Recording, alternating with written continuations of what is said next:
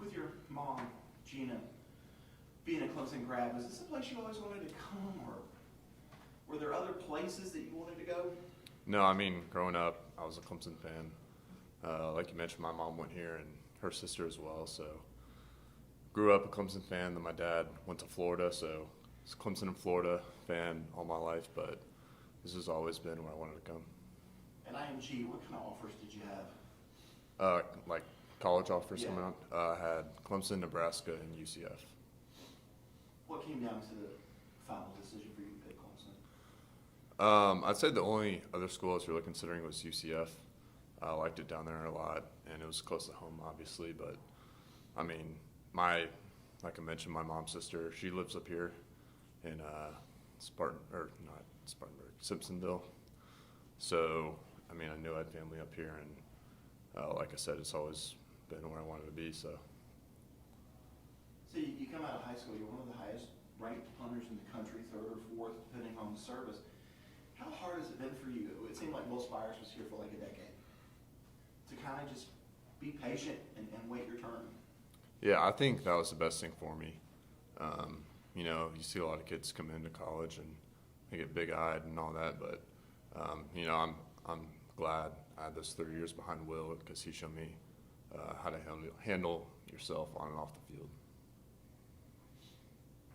Last question there, scared to ask. What was your mindset after day one of fall camp, and how did you and the rest of the group respond? Yeah, that was a tough day. All of us were doing our best, and we know what we're capable of. And I mean, after that first day, we all stepped it up, and I'm proud of how we responded. Jack told me that he felt like maybe during the spring he was a little big-eyed. That even at punter, man, there's just nerves and playing in Death Valley. How long is it, or do you still get those? Is it taking you to kind of to get over? Because you look really settled out there. Yeah. So I've told the other guys before, but I think I mentioned it to Jack. But the first day I got here in the spring in 2019, I mean, I'm back there getting ready to catch for punt reps, and I'm shaking. I can't control it. But I think I don't know, for me it took me about a year to get under that, and then I mean, yeah, last year and this year, I mean, I'm cool back there, and yeah, I understand where he's coming from about that. Because when he's famous for putting his kickers like BT under the crucible at the end of a practice, hey, if you hit this field goal, man, nobody runs or whatever. Does he do anything with the punters like that? He is not. I'm still waiting for that to happen. We'll see. So the couple times you played over at Death Valley, have you noticed a change with the big scoreboard and anything? Have you noticed any type of wind change, or you just haven't gotten there yet? I really haven't noticed anything. I mean, it's only been one game, but yeah, I really haven't noticed a big change about that. We'll see what happens with the games coming up.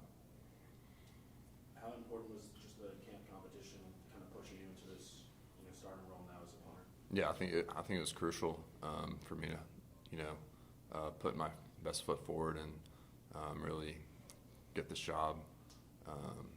It's been great competition between Jack and BT throughout the spring because Jack was here in the spring and then during fall camp. So I think it's benefited me.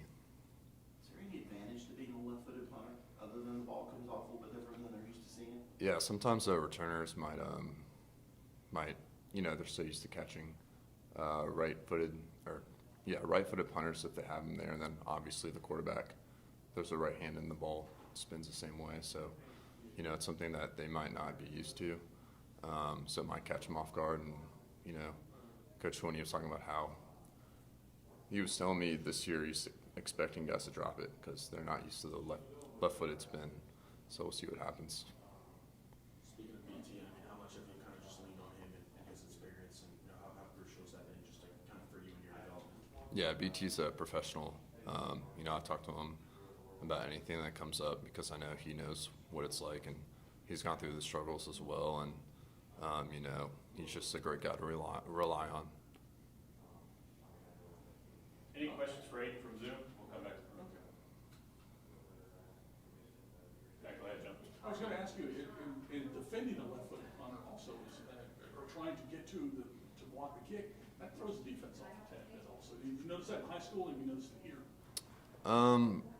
I really haven't noticed it that much, but I'm sure teams, scheme it up differently. I think Furman schemed one up the last game, bringing a guy down, and, we had to fix our numbers on the protection, all that, but I really haven't noticed it a whole lot.